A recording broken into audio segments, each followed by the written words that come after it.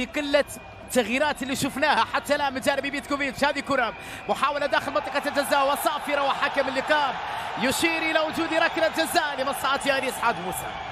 ركلة جزاء لحاج موسى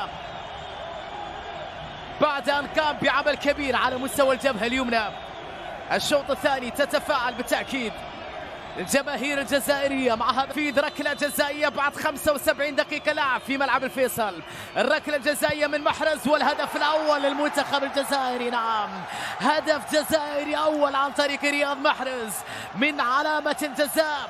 يتقدم محاربي الصحراء إذن بالهدف الأول بعد 75 دقيقة لعب في أحداث هذه المباراة من ركلة جزائية نفذها رياض محرز على يسار نواف العقيد. يتقدم منتخب الجزائر بالهدف الأول في أحداث هذه المباراة.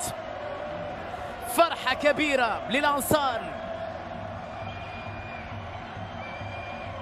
إعادة للقطة اللي تم احتساب من خلالها ركلة جزائية بالثقة الكبيرة وأيضا بالخبرة. رياض يسجل أول أهداف هذه المباراة لسالم والزملاء في الاستحقاقات القادمة. تصل كرة على الجهة اليمنى، حاج موسى مر، حاج موسى خطيرة جدا جزائرية، والثاني